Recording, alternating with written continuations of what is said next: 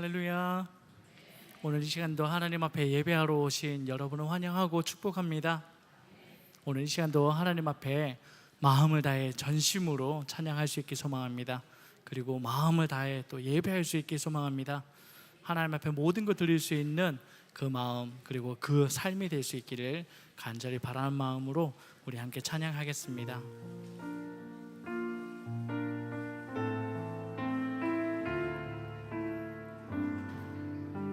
십자가 십자가 내가 처음 볼 때, 십자가 십자가 내가 처음 볼 때에 나의 마음의 큰 고통 사라져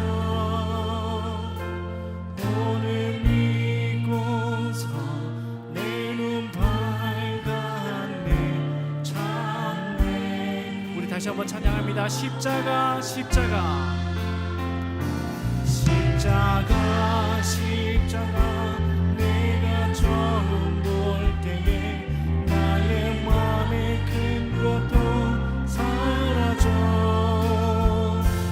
오늘 믿고서 내 눈 밝았네 참네. 우리 다시 한번 십자가 십자가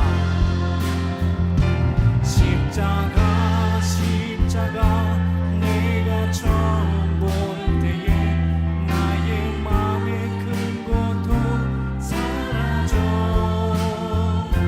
오늘 믿고서 내 눈 밝았네 참내 기쁨 영원한.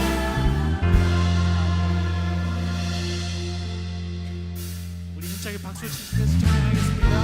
만왕의 왕 내 주께서 왜 고통당했나. 만왕의 왕 내 주께서 왜 고통당. 이 벌레 같은 날 위에 벌레가 그 보혈 흘렸네. 우리 다시 한번 찬양합니다. 만왕의 왕 내 주께서 고초당했나. 이 벌레 같은 날 위에 벌레 같은 날 위에 그 보혈을 십자가 십자가 십자가 십자가 내가 처음 볼 때에 나의 마음의 큰 고통 사라져 오늘 믿고서 내 눈 밝았네 참내. 주 십자가 주 십자가 못 박 속죄함 아닌가. 그 긍휼함과 그 은혜 말할 수 없도다. 십자가 십자가 십자가 내가 처음 볼 때에 나의 마음의 큰 고통 사라져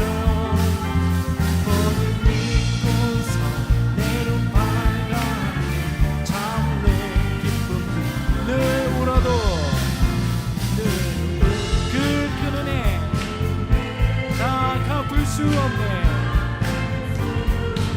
나 주께 몸 바쳐서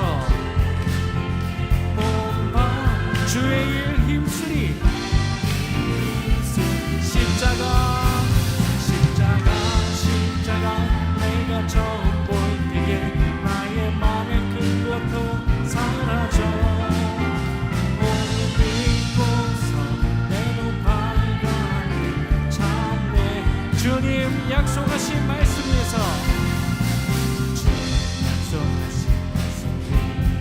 영원토록 주를 찬송하리라. 소리 높여 주께 영광 돌리며 약속 믿고 굳게 서리라. 굳게 서리 굳게 서리 영원하신 말씀 위에 굳게 서리 굳게 서리 굳게 서리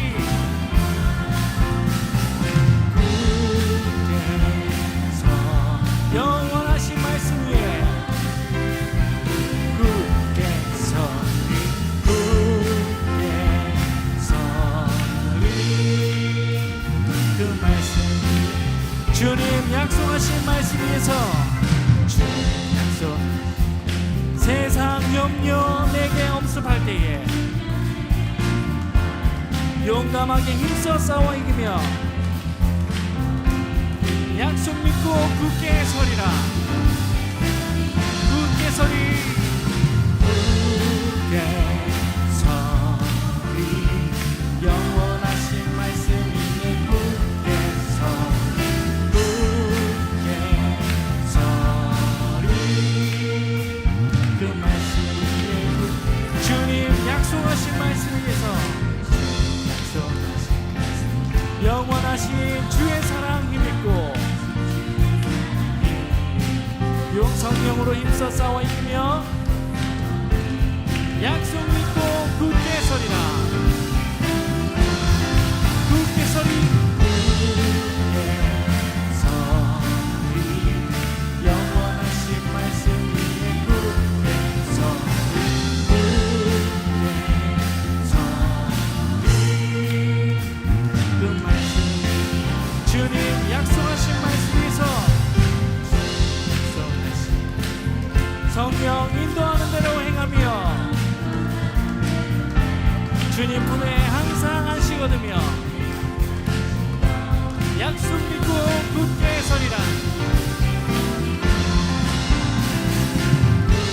굳게 서리.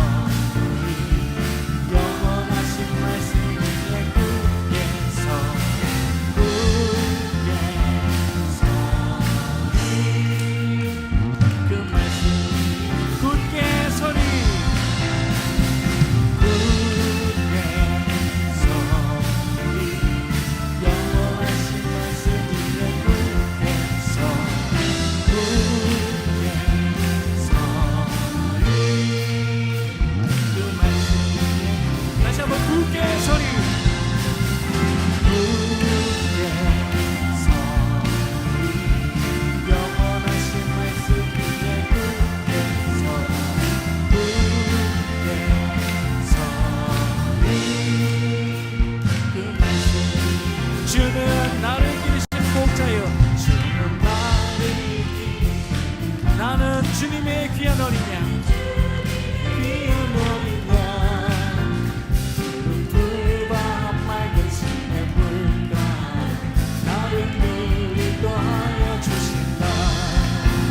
주는 나의 좋은 목자, 나는 그의 어린 양. 저를 따라 몸을 먹여주시, 내게 부족하죠. 예쁜 새들 노래하느라지만 너를 느끼는 고운 한몸에 사랑하는 나의 작은 삶, 나를 언제나 불러주신다. 주는 나의 좋은 목자, 나는 그의 어린 양. 저를 따라 너를 먹여주시, 내게 부족 못된 짐승, 못된 짐승 나를 알지 못하, 같은 물바람 삼지 못하는 이 주님 나의 손을 펼치사 주야로 지켜주신다. 주는 나의 좋은 목자, 나는 그의 어린 양. 저를 따라 너를 먹여주시, 내게 부족. 주는 나의 좋은 목자, 주는 나의 좋은 목자, 나는 그의 어린 양. 저를 따라 너를 먹여주시, 내게 부족함이 내게 부족함 전이 없습니다. 내게 부족함 전이 없어. 아멘. 주께서 우리와 함께 하시는 우리에게 부족함이 전혀 없는 줄 믿습니다. 아멘.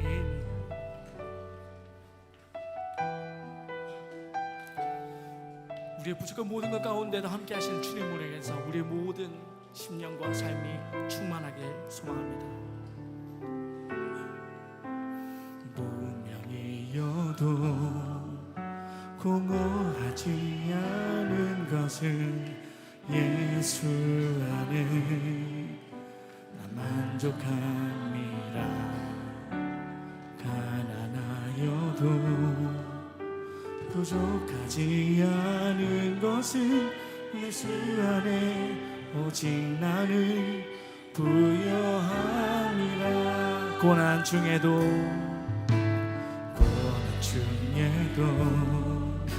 견뎌낼 수 있는 것은 주의 계획 있기 때문이라. 실패하여도 일어설 수 있는 것은 예수 안에 오직 나는 승리함이라. 난 예수로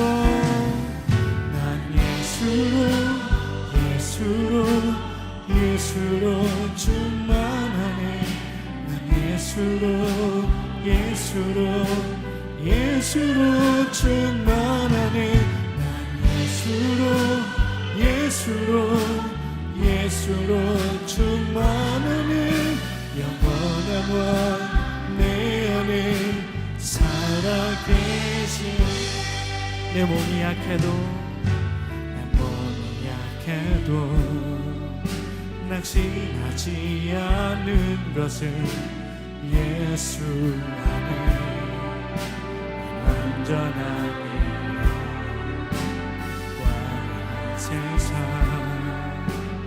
부럽지 않은 것은 난 예수로 우리 다시 한번. 내 몸이 약해도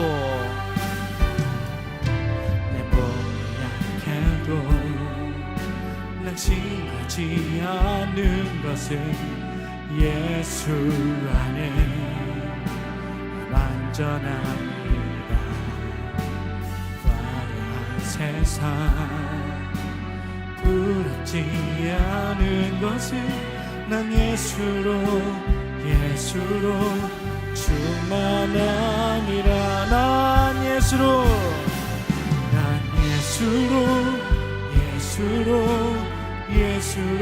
충만하네. 난 예수로 충만하네.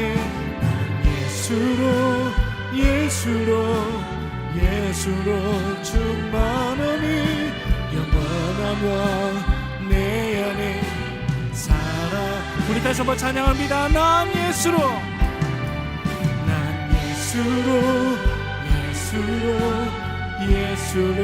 충만하네. 예수로 충만하네. 난 예수로 충만하네. 영원한 왕 내 안에 살아. 우리 마지막으로 찬양합니다. 난 예수로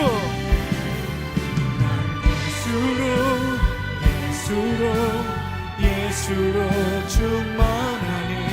난 예수로 충만하네. 난 예수로 충만하네.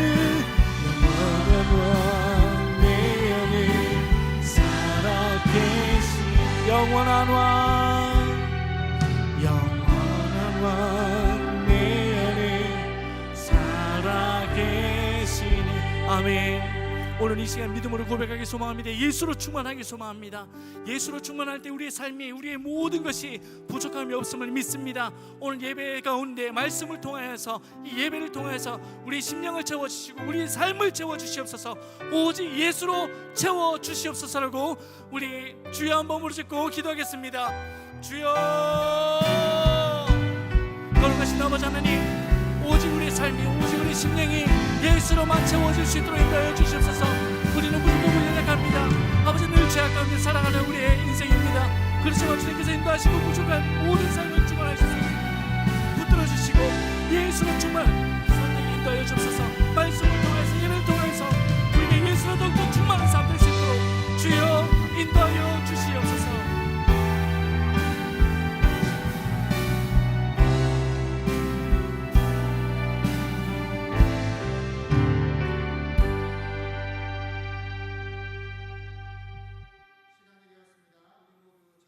일어나셔서 하나님 나라 임하소서 찬양함으로 2025년도 6월 29일 주일 낮 예배 하나님께 올려드립니다.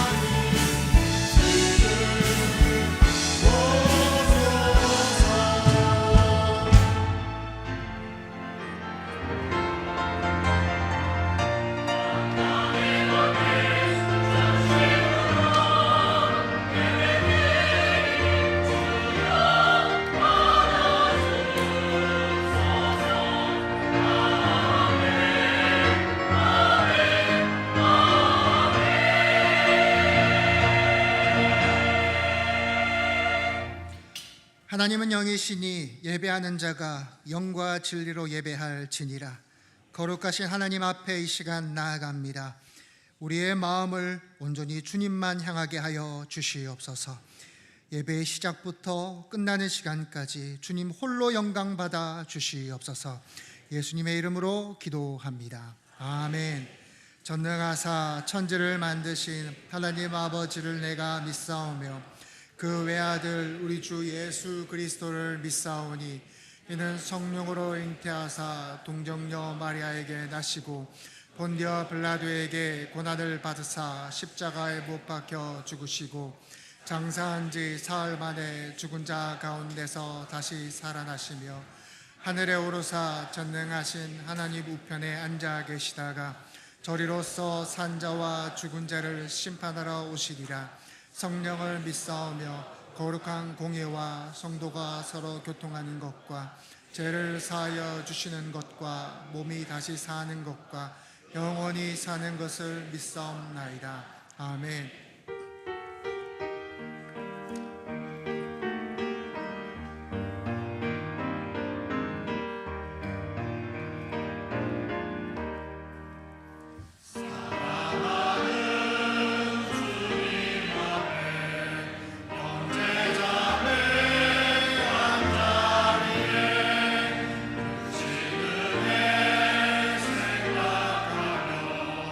즐거운 찬송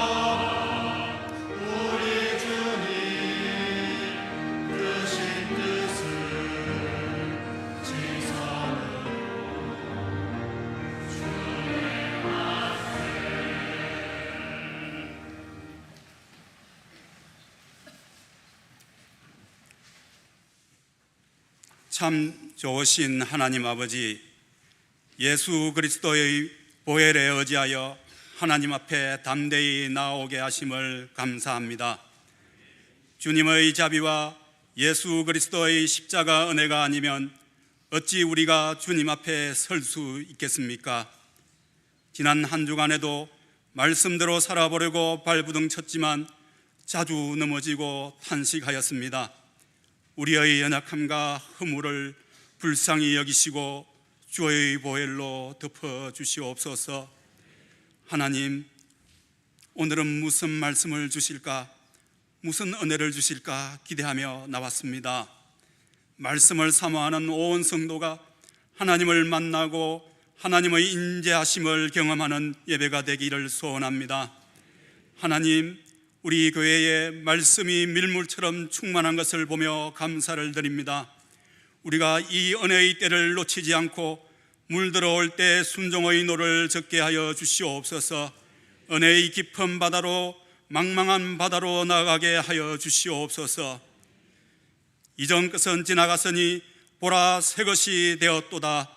치료의 하나님, 우리를 새롭게 하여 주시옵소서. 병든 우리 몸을 고쳐주시고 각 사람 심령의 부흥과 영적 각성을 주시옵소서. 우리가 알지 못하는 무엇이까지 주께서 만지시고 상한 심령을 고쳐주시옵소서. 하나님, 우리의 다음 세대를 축복하여 주시옵소서. 교육부 여름사역의 모든 일정에 은혜를 베풀어 주시옵소서.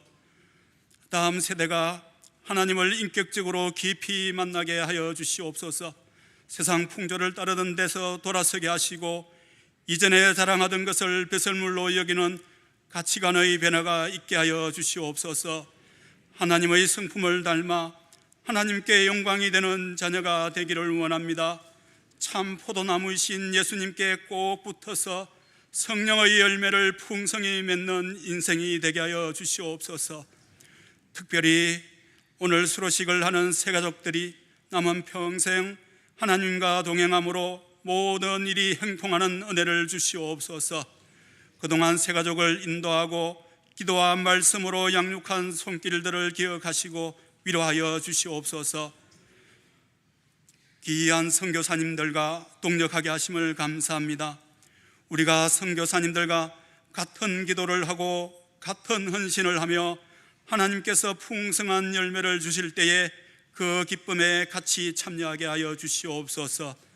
크고 높고 전능하신 우리 하나님, 주님은 언제나 오르며 우리에게 가장 좋은 것을 주시는 분이십니다. 주님은 우리가 이해할 수 없는 모든 상황 가운데서도 찬양받기에 합당하십니다. 이 시간 우리의 찬양을 받아 주시옵소서. 예수님 이름으로 기도합니다. 아멘.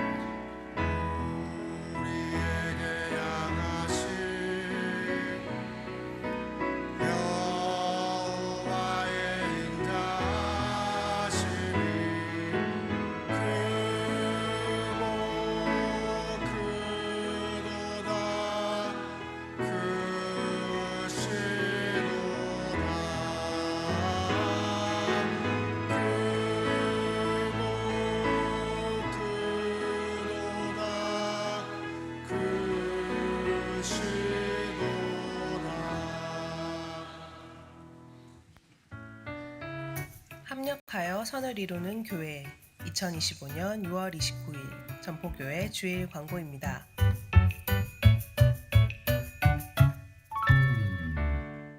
우리 교회에 새로 오신 분들을 진심으로 환영하고 축복합니다. 예배 후 새가족부실에서 교역진과 인사 나누고 가시길 바랍니다. 오늘 주일 낮 예배 시간에 2025년 상반기 새가족 수료식이 있습니다. 오늘 주일 찬양 예배는 보은교회 파송선교사이신 오영철 선교사님께서 말씀 전해주십니다. 오늘 주일 찬양 예배 후 6월 정기당회가 있습니다. 다음 주일은 맥주 감사 주일로 지킵니다. 상반기 동안 부어주신 하나님의 은혜에 감사하는 성도님들이 되시길 바랍니다. 2025년 다음 세대 여름 사역을 위해 성도님들의 많은 기도와 관심을 부탁드립니다. 청년대학부에서 카자흐스탄과 키르기즈스탄으로 단기 선교를 떠납니다. 성도님들의 많은 기도와 관심을 부탁드립니다. 7월 1일부터 3일까지 전국 장로회 수련회가 강원도 강원랜드에서 열립니다. 지역 전도와 커피 전도가 매주 화요일 오후 2시에 있습니다. 섬기는 전도대원들을 위해 많은 기도와 응원을 부탁드립니다. 금요기도회가 본당에서 진행됩니다. 찬양과 기도로 하나님께 나아가는 기도회에 많은 참여를 부탁드립니다. 주일 교회 찬양이 운행되고 있습니다. 자세한 광고는 주보를 참고해주세요.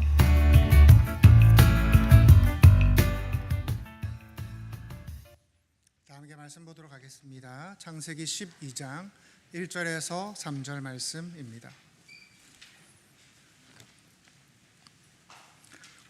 창세기 12장 1절에서 3절 말씀입니다. 창세기 12장 1절에서 3절까지 합독하도록 하겠습니다. 읽겠습니다. 시작. 여호와께서 아브라함에게 이르시되 너는 너의 고향과 친척과 아버지의 집을 떠나 내가 내게 보여줄 땅으로 가라. 내가 너로 큰 민족을 이루고 내게 복을 주어 내 이름을 창대하게 하리니 너는 복이 될지라. 너를 축복하는 자에게는 내가 복을 내리고 너를 저주하는 자에게는 내가 저주하리. 땅의 모든 족속이 너로 말미암아 복을 얻을 것이라 하신지라. 아멘. 우리 인간은 불안한 존재입니다. 때문에 누구나 어떤 방식으로든지 무언가에 기대어서 살아갈 수밖에 없습니다. 가족에게든지 돈에게든지 명예든지 어떤 자기의 어떤 능력에든지 또 어떤 이는 스스로의 힘에 기대어서 그렇게 살아가고는 합니다. 그렇지 뭔가에 기대지 않고서는 우리가 견딜 수가 없는 존재이기 때문이죠. 여러분 내일 무슨 일이 닥칠지 여러분들 아십니까? 알 수가 없습니다. 어떤 위기가 우리에게 찾아올지 우리는 알 수가 없습니다. 때문에 우리는 끊임없이 안전을 찾고 싶어하고 또 보호받고 싶어합니다. 그래서 참 이상한 것은 하나님이 우리를 부르시는 그 자리들은 이상하게 우리가 붙잡고 있던 그것들을 놓게 할 때가 참 많더라라는 것이죠. 가령 내가 의지하던 그 사람이 나를 떠난다든지 철석같이 믿고 있던 그 뭔가가 눈앞에서 사라져버린다든지 그렇게 하나님은 우리를 불안한 자리로 내모실 때가 참 많더라는 것입니다. 아마 저에게 가장 처음 홀로 서야 했던 그때가 언제냐라고 하면 이제 입대했을 때였을 겁니다. 제가 이제 해군으로 입대를 했고 이제 진해로 들어갔는데요. 익숙한 집에서 부모님에게서 친구들에게서 떠나야 한다는 사실이 제 심적으로 도저히 받아들여지지가 않더라고요. 그래서 입대하는 날 진해의 한 식당에서 아버지께서 삼겹살을 사주셨는데요. 그 맛 좋은 삼겹살을 앞에 두고 입에 안 들어가더라고요. 입에 안 들어가더라고요. 그래서 진짜 한 조각 먹었습니다. 그 정도로 제가 마음이 너무 힘들더라고요. 덩치만 컸지 실제로는 어린아이에 불과했던 저는 결국 군대에서 가장 많이 성장했던 것 같습니다. 여러분 하나님이 우리를 왜 그렇게 하시는 걸까요? 왜 우리로 하여금 어떤 익숙한 것에서 안정된 것에서 떠나게 하시는 걸까요? 우리로 하여금 믿음이 무엇인지를 말씀해 주시는 겁니다. 믿음이 뭔지를 알게 하시는 거예요. 믿음이란 결국 무엇입니까? 내가 만들어 놓은 계획, 내가 철저하게 따져 놓은 어떤 계산, 내가 잘 아는 것들, 내가 익숙한 것들을 내려놓는 것이고, 내가 쥐고 있던 확신한 것들을 하나씩 비워가는 과정이기 때문인 것입니다. 여러분, 오늘 본문은 너무나도 유명한 구절입니다. 아마 오늘 본문을 여러분들은 수백 번 설교를 들어보셨을 것입니다. 하나님께서 아브라함을 부르십니다. 부르실 때 한 가지 분명한 약속을 하시죠. 내가 너에게 보여줄 땅으로 가라입니다. 그 땅을 주시겠다고 하셨고, 또 그 땅에서 큰 민족을 이루겠다 하셨고, 그 이름을 창대케 하리니 복이 될 거라고 말씀을 하셨습니다. 그렇게 땅, 자손, 복이라고 하는 이 세 가지는 하나님께서 아브라함에게 하신 그 언약의 중요한 틀이라는 것이죠. 여러분, 이 세 가지를 어떻게 보세요? 세 가지를 어떻게 보십니까? 우리는 이러한 복을 어떤 보상처럼 여길 때가 많이 있습니다. 하나님 잘 믿으면, 하나님께 순종하면 이러한 것들을 주신다더라 라고 단순화시키기도 합니다. 그런데 성경은 그렇지 않습니다. 하나님의 약속은 단순하게 너 부자 만들어줄게, 너 자녀 줄게, 복 줄게, 이게 목적이 아닙니다. 아브라함을 통해서 하나님이 하고자 하시는 어떤 일, 하나님이 하고자 하시는 어떤 계획의 도구라는 것입니다. 어떤 계획이요? 하나님 나라를 확장하는 계획이요. 하나님께서는요, 하나님 나라 확장을 위해 아브라함에게 이것들을 주시겠다라는 거예요. 여러분, 땅은 단순히 부동산 아닙니다. 하나님이 뜻이 펼쳐질 무대라는 것입니다. 자손은 단순히 혈육이 아닙니다. 하나님 나라 백성들입니다. 복은 세상을 향해 흘러가야 할 은혜입니다. 그러니 하나님이 주신 이 약속, 땅, 자손, 복, 이 세 가지는 그 하나님 나라라는 개념 안에서 이해되어져야 한다는 것입니다. 우리도 마찬가지입니다. 하나님께서 여러분들에게 어떤 크든지 작든지 여러분들에게 주신 하나님의 은혜가 분명히 있으실 겁니다. 어떤 분들은 분명히 물질을 주셨고요, 어떤 분들에게는 자녀들을 주셨고요, 어떤 분에게는 능력을 주셨고요, 어떤 분에게는 시간을 주셨습니다. 하나님은 여러분에게 주신 그것들 그저 누리라고, 여러분들을 위해 즐기라고 주신 것 아닙니다. 이 모든 것이 하나님 나라라는 그 틀 안에서 이해되어야 한다는 것이죠. 그러니 여러분들은 그것들을 가지고 이거 어떻게 즐기면서 살지? 이거 어떻게 누리지? 이런 거 고민하실 게 아닙니다. 하나님이 주신 그것을 어떻게 사용해야 할지를 고민하셔야 돼요. 여러분을 위해 주신 게 아니라 하나님 나라의 확장을 위해서 주신 것이기 때문입니다. 하나님은요, 아브라함에게 많은 것을 약속하십니다. 근데 문제는 이 약속들이 현실의 조건과 맞지 않았다라는 거죠. 아브라함이 약속을 받는 그 순간 그의 삶은 그 하나님의 약속과 정반대로 흘러가기 시작을 합니다. 하나님이 그에게 땅 주시겠다고 약속을 하시잖아요. 하지만 창세기 12장 5절 6절에는 이렇게 기록하고 있습니다. 함께 읽도록 하겠습니다. 시작. 아브라함이 그의 아내 사레와 조카 롯과 하란에서 모은 모든 소유 얻은 사람들을 이끌고 가나안 땅으로 가려고 떠나서 마침내 가나안 땅에 들어갔더라. 아브라함이 그 땅을 지나 세겜 땅 모래 상수리 나무에 이르니 그때에 가나안 사람이 그 땅에 거주하였더라. 무슨 말입니까? 뭐 이야기하고 있는 거예요? 가나안 땅이 빈 땅이 아니더라는 거예요. 빈 땅이 아니더라는 거예요. 무주공산이 아니더라는 거예요. 이미 다른 민족들이 그 가나안 땅에 터를 잡고 살고 있더라는 거예요. 문제가 그것뿐인지 아십니까? 또 다른 문제가 있습니다. 아브라함이 발을 디딘 그 가나안 땅은 도착하자마자 기근으로 휘청거립니다. 성경은 그 사실을 숨기지 않습니다. 10절입니다. 읽겠습니다. 시작. 그 땅에 기근이 들었으므로 아브라함이 애굽에 거류하려고 그리로 내려갔으니 이는 그 땅에 기근이 심하였음이라. 하나님이 땅 주시겠다고 약속하셨으니 그래도 비옥하고 좀 풍족한 땅이어야 할 것 같은데 그게 아니다라는 것이죠. 오히려 그 땅에 도착하자마자 기근을 경험하게 하십니다. 어쩔 수 없이 아브라함은 살기 위해서 애굽으로 내려가게 됩니다. 하나님이 약속하신 땅은 척박한 땅이었고 그 땅은 또 메마른 땅이었습니다. 살아가기 쉽지 않은 땅이었죠.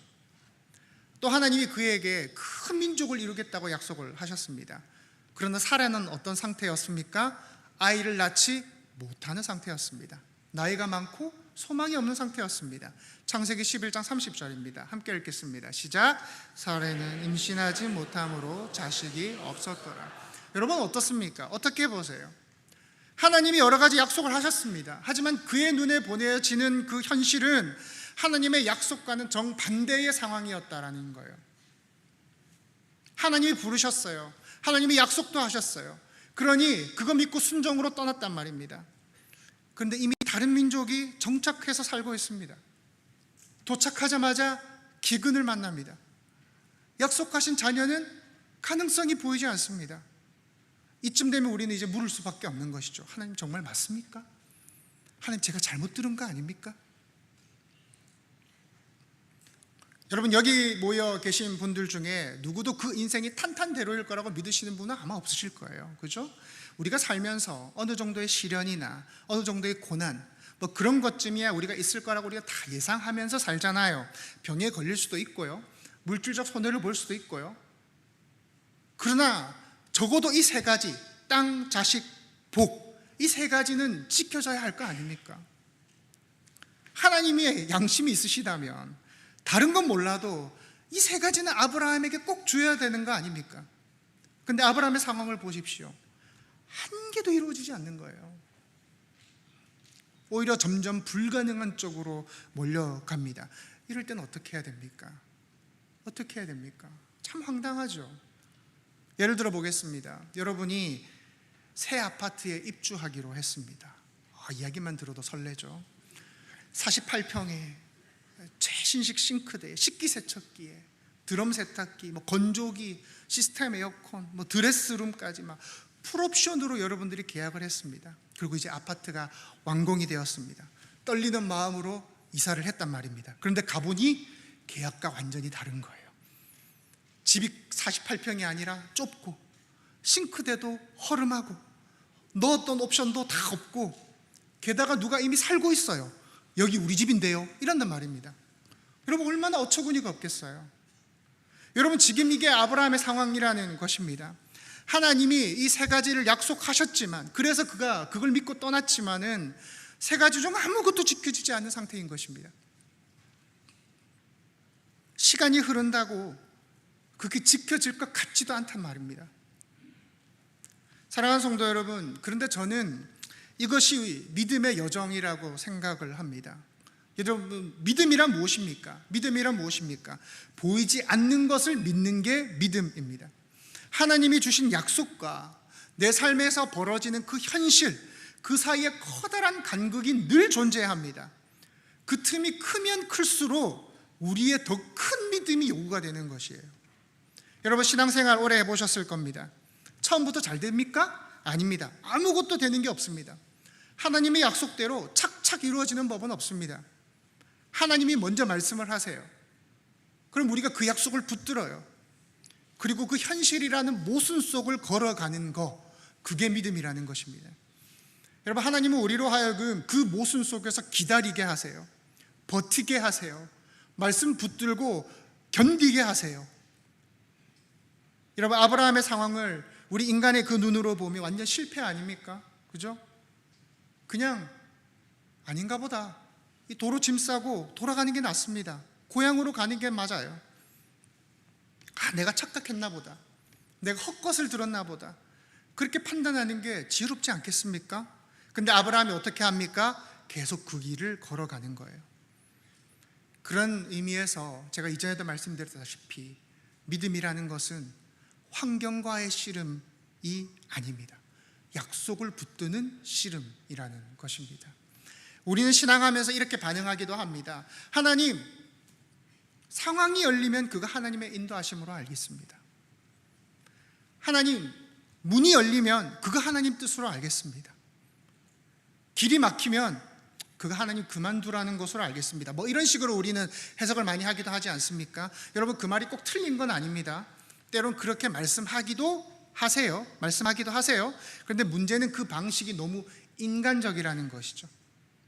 여러분 신앙이라는 건 상황으로 판단하는 게 아닙니다. 말씀으로 판단하는 겁니다. 하나님이 뭐라고 하셨는가? 하나님이 우리에게 어떤 약속을 하셨는가? 그게 우리의 기준이 되어야 한다는 것입니다. 여러분 아브라함을 보십시오.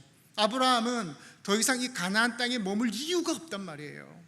하루라도 더 머물수록 손해란 말이에요. 괴로울 뿐이란 말이에요. 기근이 들고요, 다른 민족들이 이미 살고 있고요, 자식 낳을 가능성은 0%입니다. 그런데 하나님은 가라 하십니다. 하나님이 인도하겠다 하십니다. 그러니 아브라함이 버티는 거예요. 여러분, 하나님의 말씀은 그렇게 늘 우리의 현실과 어긋나 있습니다. 말씀이 너무 크기 때문이에요. 말씀이. 그리고 우리의 현실이 너무 작기 때문입니다. 우리는 눈앞에 보이는 것만 봅니다. 그리고 이 둘 사이에 늘 그렇게 간극이 존재합니다. 이 먼 간극을 견뎌내는 것, 버텨내는 것, 그게 믿음입니다. 여러분, 현실을 무시하자는 말이 아닙니다. 현실보다 크신 하나님을 보라는 거예요. 특히 오늘 본문에서 우리가 성경을 읽으면서 그런가 보다 하고 그냥 넘어가기 쉽지만 당시 사람들에게 참 받아들여지기 어려운 명령이 있습니다. 1절 다시 한번 같이 읽도록 하겠습니다. 1절입니다. 시작. 여호와께서 아브라함에게 이르시되 너는 너의 고향과 친척과 아버지 집을 떠나 내가 내게 보여줄 땅으로 가라.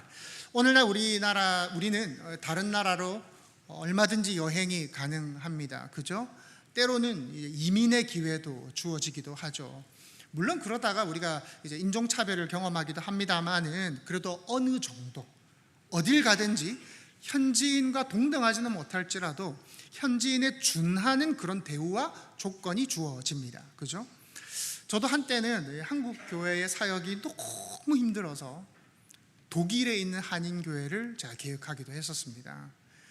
그래서 이 독일에 있는 그 한인교회의 길이 열리지 않으면 이 독일 직업학교에 들어가서 이 정식적으로 이민 절차를 밟아볼까 생각하기도 했습니다. 뭐 젊었을 때는 그게 가능했을지 모르겠습니다. 물론 쉽지 않다는 것도 잘 압니다. 그래도 그때는 젊어서 영 불가능한 일은 아니겠다라는 생각을 했었지요. 그래서 오늘 우리에게 본토 친척 아비 집을 떠나라라는 이 명령은 오히려 설레는 일입니다. 그죠? 가슴 두근거리는 일이에요. 그래, 나도 한번 도전해봐, 한번 살아봐. 근데 여러분, 아브라함 때는요 목숨을 걸어야 하는 일이었습니다. 단순히 옆에 있는 동네로 이사가라는 말이 아닙니다. 고대 근동 사회에서 고향과 친척과 아버지 집은 단순한 배경이 아닙니다. 삶의 전부예요. 삶의 전부. 여러분, 오늘날 사회가 굉장히 복잡하잖아요. 이 복잡함에 따라서 법도 아주 세세하게 그 체계가 나누어져 있습니다. 여러분, 교통사고가 나도 어떤 조건이냐에 따라서 저 사람이 뭐 술을 마셨나 안 마셨냐, 중앙선을 침범했냐 안 했냐, 신호를 지켰냐 안 지켰냐에 따라서 뭐 100%, 20대 80, 50대 50 그렇게 다 나누어지는 셈법이 있지 않습니까? 그죠? 그런데 아브라함 당시에는 마땅한 법 체계가 없어요. 큰 몇 가지 법만 존재할 뿐 대부분 그 법은 그날 재판관의 기분에 따라서 판결이 달라져요. 그러니까 법이 나를 지켜주지 못하는 거죠. 때문에 누가 나를 지켜줄 수 있을까요? 가족밖에 없는 거예요. 가족밖에. 그래서 가족이 정말 중요한 관계였다는 겁니다. 위기에 처했을 때 나를 보호해주고 나를 지켜줄 수 있는 사회적 안전망이 가족이었다는 거예요. 법이 아니라. 여러분, 중동에 고엘 제도라고 있습니다. 고엘 제도. 아마 들어보셨을 겁니다. 사전적 의미로는 친족의 역할을 하다라는 의미입니다. 친족의 역할은 크게 두 가지가 있습니다. 첫 번째 역할은 기업 무르기입니다. 여러분도 잘 아시는 내용입니다. 한 사람이 가난해져서 재산을 다 팔아야 할 때가 있습니다. 혹은 그 사람이 더 이상 돈이 없어서 빚을 져서 노예가 되어야 할 때가 있습니다. 그때 가장 가까운 친족이 그 대신 빚을 갚아주는 겁니다. 기업 무르기. 이것이 잘 드러난 게 룻기이죠. 그죠? 그런데 그것만 있는 게 아닙니다. 두 번째 고엘의 이 역할이 뭐냐면 피해 복수자입니다. 피해 복수자. 사실 우리에게는 고엘은 익숙하지만 피해 복수자는 익숙하지 않죠. 그런데 사실 성경에서 더 자주 등장하고 그 당시 사회에서 더 실질적으로 적용됐던 것입니다. 말씀드린 것처럼 그 당시에는 마땅한 법이 존재하지 않아요. 그래서 사회를 지키는 가장 일반적인 것이 고엘입니다. 피해 복수라는 거예요. 자, 예를 들어 보도록 하겠습니다. 이런 예가 있지 않겠지만 예를 한번 들어보겠다는 겁니다. 놀이터에서 아이 둘이서 놀다가 둘이 싸웠어요. 그럼 이제 큰일이 벌어지는 겁니다. 한 애가 다른 애한테 얻어맞으면 그 얻어맞은 애가 자기 형들을 다 데려가서 얘를 두들겨 패는 거예요. 그럼 이번에 그 맞은 애가 자기 형들과 사촌 형들까지 다 데리고 가서 또 얘 두들겨 패는 거예요. 그러다 보면 어떨까요? 싸움이 점점 커지는 거예요. 나중에 집안 싸움이 돼버리는 겁니다. 그러니 어떻겠어요? 싸움 나기 전에 안 건드리는 거예요. 싸움 나기 전에 화해하는 거예요. 아, 쟤는 어느 집안의 애야. 그러니까 쟤 건드리면 안 돼. 아, 쟤는 부모가 없어. 그러니까 쟤는 네 마음대로 두들겨 패도 돼. 가까운 친족에게 찾아가서 복수를 해주는 거, 그게 고엘 제도였다는 것입니다. 왜요? 가문의 명예를 위해서. 그러다 보니 아이 싸움이 어른 싸움이 되기도 했다는 것이죠. 여러분, 중동에는 지금도 이 문화가 아주 뿌리 깊게 박혀져 있습니다. 가문의 명예를 위해서라면 피 흘리는 것 좀 아무렇지도 않게 생각을 한다는 것이죠. 그래서 이 중동에 가보면 여러 가문들이 막 섞여 살지만 고엘 제도 때문에 서로 건드리지가 않는 거예요. 잘못 건드렸다가는 집안 싸움 나는 거예요. 웬만하면 평화롭게 지내려고 하는 거예요. 가족이, 친족이 소위 말해서 든든한 백이 되어주는 것입니다. 그러니 여러분, 친족이 많다라는 건 무슨 뜻일까요? 이 보호막이 든든하다라는 거겠죠. 그러니까 그 당시에는 자식 많이 낳는 게 최고인 거예요. 여러분, 성경에 보시면 고아와 객과 과부를 보호해라라고 하나님은 명령하시잖아요. 이유가 무엇입니까? 고아와 객과 과부는 고엘이 없는 사람들인 거예요. 고아는 아버지가 없잖아요. 그러니까 자기 집안이 어딘지를 몰라요. 객은 외국인 노동자입니다. 타국인입니다. 과부는 남편이 죽어서 어디에도 소속되어 있지 않습니다. 그래서 하나님이 이들을 너희가 보호해 주라라고 명령하시는 것입니다. 다시 본문으로 돌아와 봅시다.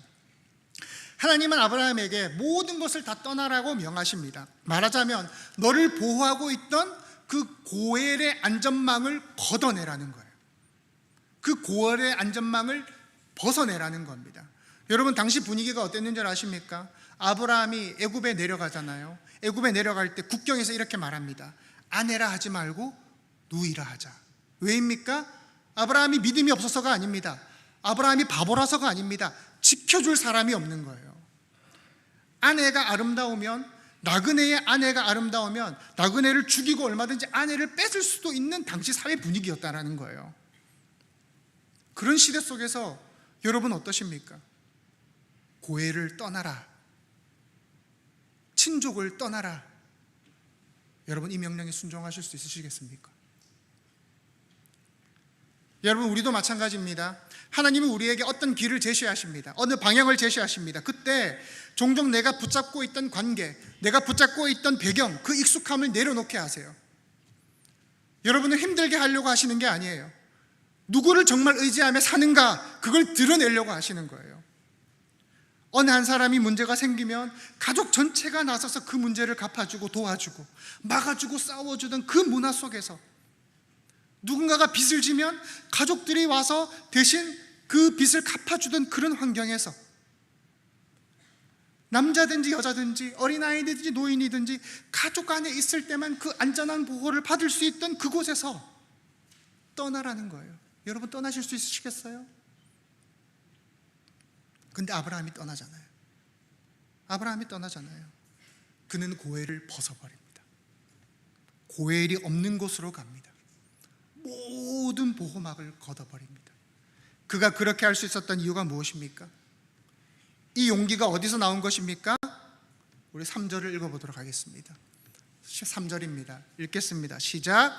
너를 축복하는 자에게는, 너를 저주하는 자에게는 내가 저주하리니 땅의 모든 족속이 너로 말미암아 복을 얻을 것이라 하신지라. 아멘. 여러분, 이 구절이 뜻하고 있는 게 무엇입니까? 하나님이 아브라함의 고엘 대심의 선언인 거예요. 이 구절이요, 하나님이 내가 너의 피의 복수자가 되어주겠다라는 거예요.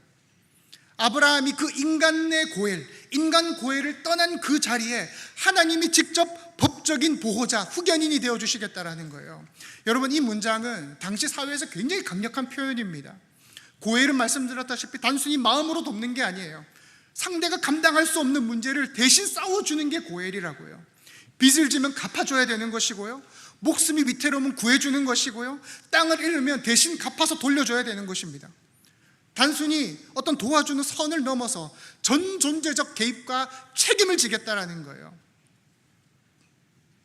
이제는 내가 너의 아버지가 아니라 내가 너를 지켜주는 고엘이 되겠다. 내가 너의 아버지가 되겠다. 내가 너의 친족이 되겠다. 내가 너의 싸움을 싸워주겠다. 그 약속인 겁니다.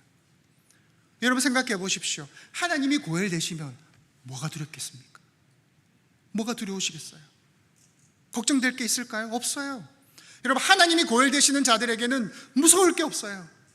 여러분, 이러한 문화적 맥락을 이해하지 않으면 아브라함의 그 결정을 우리는 아주 가볍게 보기 쉽습니다. 아, 믿음 좋네, 아, 순종했네 말하기 쉽습니다. 하지만 실제로는 그의 목숨을 내어놓은 거라고요. 부처를 믿는 사람은 부처를 신뢰합니다. 알라를 믿는 사람은 알라를 신뢰합니다. 돌덩이를 믿는 사람은 돌덩이를 신뢰합니다. 우리는 하나님 믿는 사람들입니다. 하나님이 나의 고엘 되신다면 나는 어떤 상황에서도 우리는 버틸 수가 있는 것입니다. 왜요? 내가 내 인생을 책임지는 것이 아니라 하나님이 책임지는 인생이 되기 때문입니다. 사랑하는 성도 여러분, 여러분의 물질이 여러분을 떠나도 하나님이 여러분의 기업 되심을 믿으시기 바랍니다. 여러분의 친구가 여러분을 떠나도 하나님이 여러분의 친구 되심을 믿으시기 바랍니다. 여러분이 믿고 있던 가족, 여러분의 힘, 여러분의 건강, 그 무언가가 여러분을 떠나도 하나님이 여러분의 가족이요, 힘이요, 능력 되심을 믿으시기를 바랍니다. 어떤 집사님께서 분명 가난한데 상황이 너무 어려운데 막 헌금을 하시더래요. 그래서 그 교회 목사님이 궁금해서 물었습니다. 집사님, 어디 유산 받은 게 있습니까? 근데 그게 아니래요. 하나님이 내 모든 것 되시는데 뭐가 아깝냐는 거예요. 그렇게 하나님이 우리의 고엘 되심. 사랑하는 성도 여러분, 여러분이 하셔야 할 일이 있습니다. 여러분이 하셔야 될 일이 있습니다. 하나님이 여러분의 고엘 되어 주시니 여러분이 다른 이들의 고엘이 되어줘야 된다는 겁니다. 성경에서 주님이 말씀하시죠. 내가 너희를 사랑한 것 같이 너희도 서로 사랑하라. 우리의 죄를 용서한 것 같이 우리의 죄를 사하여 주옵시고.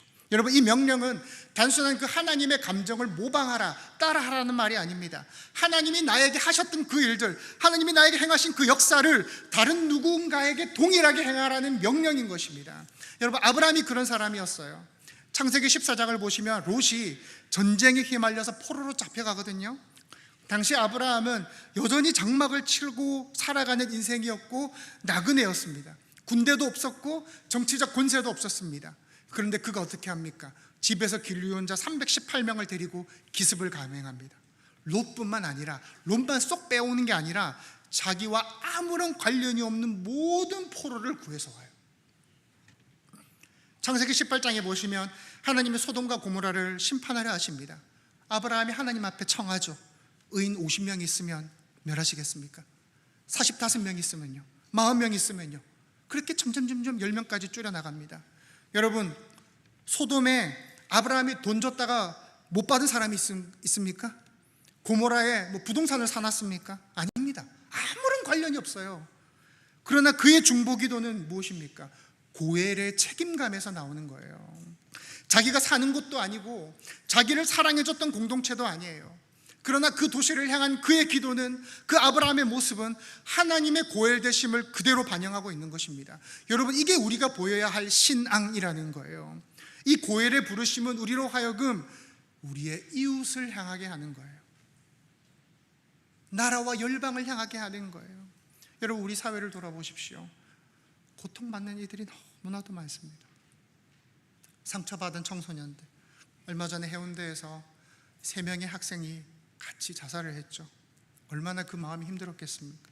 경제적으로 무너지는 사람들, 질병과 고독 속에 신음하는 노인들,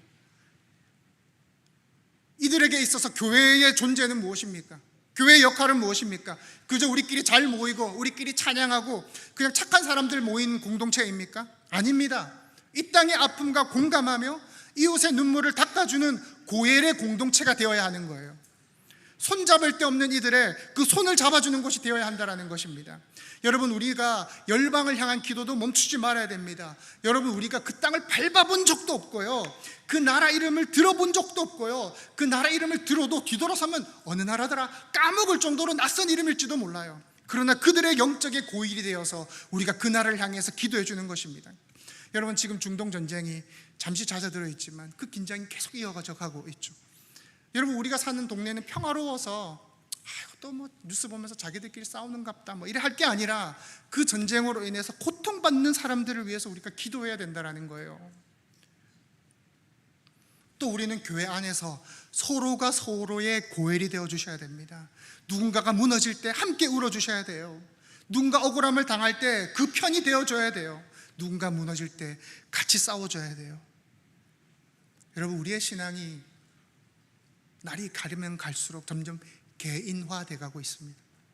나만 하나님 잘 믿으면 되지 뭐, 나만 하나님 열심히 믿으면 되지 뭐 라고 말하는 이 시대에 하나님이 우리에게 말씀하시는 겁니다. 내가 너의 고엘이 되어줄 테니 너는 네 이웃의 고엘이 되어주라는 것입니다.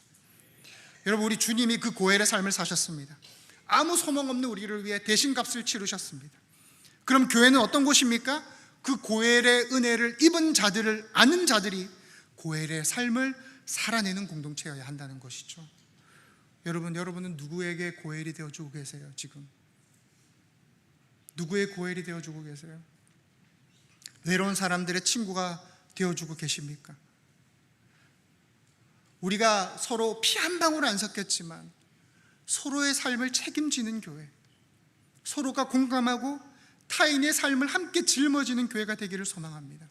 사랑하는 여러분, 하나님이 나의 고엘 되심을 경험해 본 사람은 절대 타인의 삶을 외면할 수가 없어요. 타인의 삶에 무관심할 수가 없어요. 여러분, 룻을 잘 아실 겁니다. 남편 이런 젊은 과부였고요, 시어머니를 따라서 낯선 베들레헴으로 오게 됩니다. 자신을 지켜줄 아버지도 없고요, 남편도 없어요. 완전히 고엘 없는 존재로 그 땅에 서게 된 것입니다. 앞에서 말씀드린 고아, 이방인, 과부, 이 셋 모두 해당하는 사람이 룻이에요. 그렇게 룻의 이야기는 절망에서 시작됩니다. 아무것도 할 수 없는 여인이 하루하루 그 이삭을 주워가면서 근근히 연명하던 그곳에서 보아스가 나타납니다. 보아스는 고엘로서 그녀를 책임지게 됩니다. 여러분, 이게 가능했던 이유가 무엇입니까? 룻 역시 아무것도 없는 존재였지만 그녀가 시어머니의 고엘이 되어준 거예요. 남편이 죽고 자식들도 다 죽어서 실제로는 그 남남이나 다름없던 그 시어머니의 고엘이 되어준 겁니다. 그러자 하나님이 룻의 고엘이 되어주신 겁니다.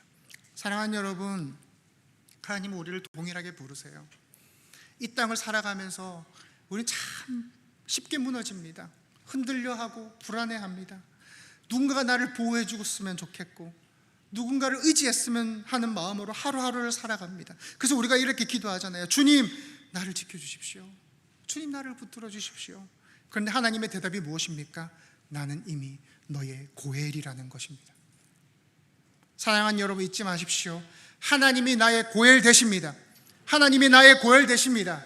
우리는 그 은혜를 입은 자들입니다. 이제는 그 은혜를 살아내는 자리로 부르십니다.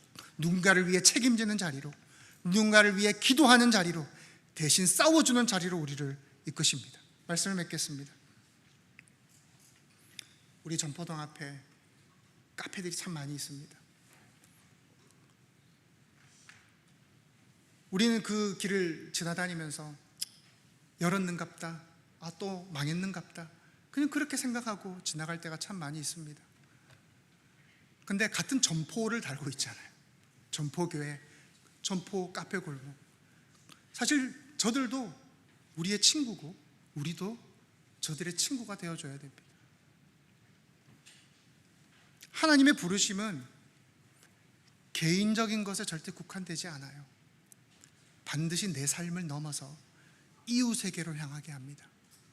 옆에 있는 형제 자매에게 향하게 합니다. 그런데 그럴 때마다 우리는 두려움이 생기죠. 나는 어쩌지? 나는 누가 보호해 주지? 하나님이 오늘 본문에서 말씀하시는 거예요. 걱정하지 마라. 내가 너의 고엘이다. 사랑하는 여러분, 이 하나님의 약속을 붙들고 사시기를 바랍니다. 아브라함한테 땅, 자손, 복, 이 세 가지가 당장은 이루어지지 않았지만, 시간이 걸릴 수밖에 없는 것이었지만, 고일되어 주시겠다라는 그 약속은 당장에 시작되었다라는 것을 기억하시기 바랍니다. 여러분에게도 그 고일되심의 믿음이 있으시기를 소망합니다. 마침 오늘 새가족 수료식이 있습니다. 이분들이 여러분들이 고일되어 주셔야 할 분들입니다. 이 시간에는 2025년 상반기 새가족 수료식을 진행하도록 하겠습니다.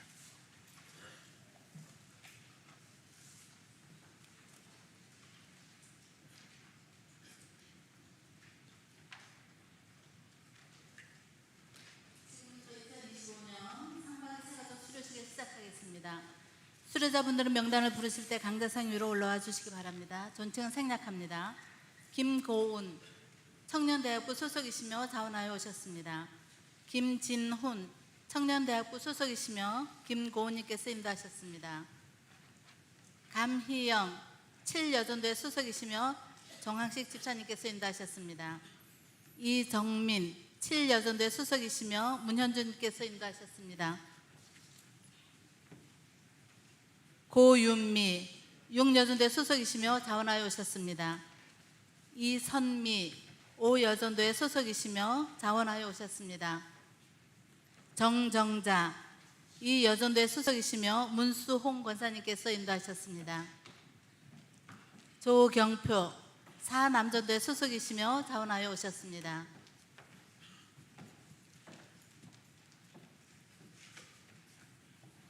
지금부터 수료증 전달해 있겠습니다. 수료증 2025년 01 이름 김고은. 위 사람은 본교의 새가족부 가정을 모두 이수하셨으므로 이 증서를 드립니다. 주 2025년 6월 29일 대한이수교 장로회 선포교회 담임 목사 정학. 다음은 김진훈. 내용은 같습니다. 다음은 감희영. 내용은 같습니다. 다음은 이정민. 내용은 같습니다. 다음은 고윤미. 내용은 같습니다. 다음은 이선미. 내용은 같습니다. 다음은 정정자. 내용은 같습니다. 다음은 조경표. 였습니다. 이제 축복송을 두 분 이어서 부르실 텐데 성도들 일어나셔서 축복해 주시고 각 부서에서는 축하해 주시기 바랍니다.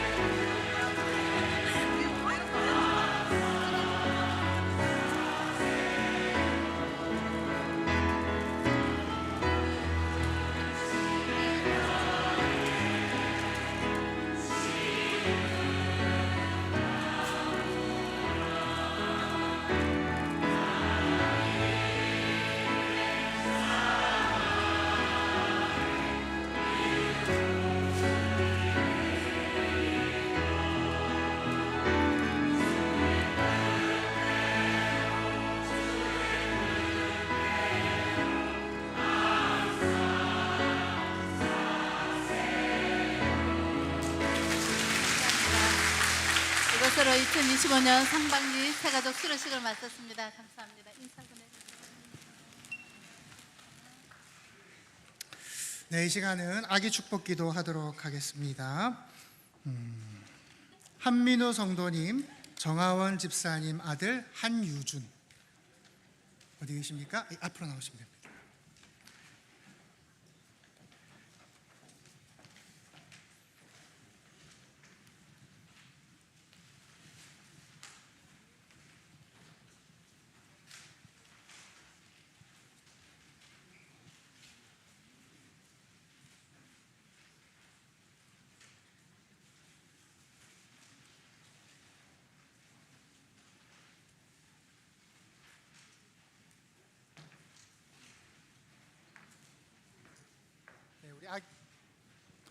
원투.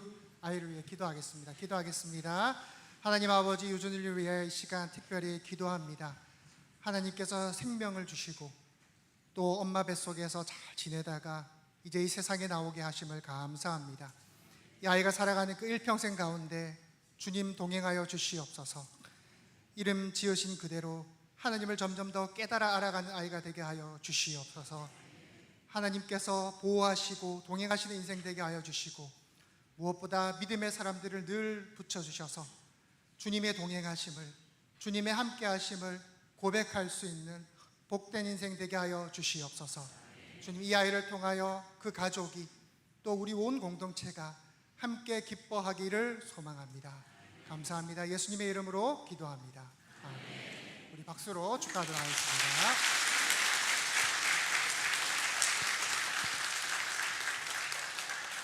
네, 선교사님 인사입니다. 태국에서 선교하시는 오영철 김보순 선교사님께서 오늘 예배에 참석하셨습니다. 잠시 일어나 주시겠습니까? 예, 우리 같이 박수로 환영하겠습니다. 네, 감사합니다. 선교사님께서는 오늘 오후 예배, 오후 찬양 예배 시 말씀을 전해 주시겠습니다. 결혼 인사입니다. 송호윤 집사님, 임지영 권사님의 아들 송상훈 형제가 이제 주원영 자매와 이번 주 토요일 결혼합니다. 예, 어디 있습니까? 예, 일어나 주시겠습니까? 우리 같이 아름다운 믿음의 가정을 이루기를 바라는 마음으로 우리 박수로 축하드리도록 하겠습니다. 네, 앉아주시기 바랍니다. 또 이윤철 집사님, 박영애 집사님 아들 이동혁 형제께서 미국에서 이제 박사학위를 받고 귀국하셨다고 합니다. 세종대의 출강 예정이라고 하시는데 어디 계시나요? 아, 네, 우리 같이 박수로 축하하도록 하겠습니다. 네, 감사합니다. 네, 이 시간 오직 예수뿐이네 찬양하시면서 준비하신 헌금 하나님께 드리도록 하겠습니다.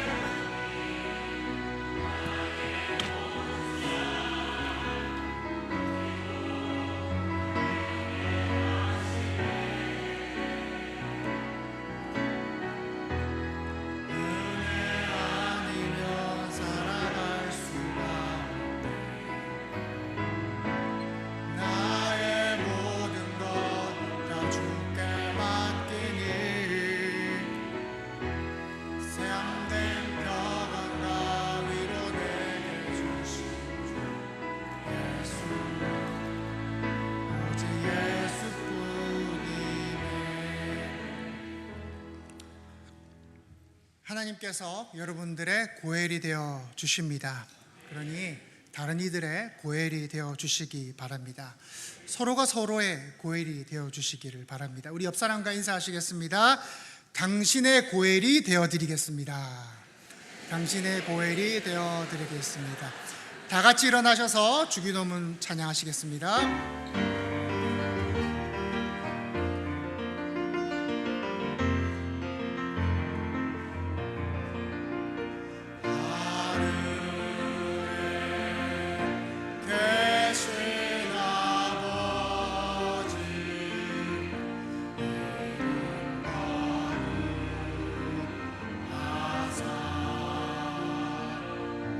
주님 나라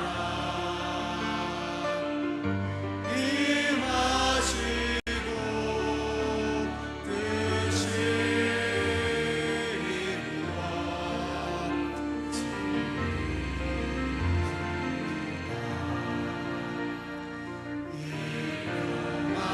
양식 주시고 우리들의 근죄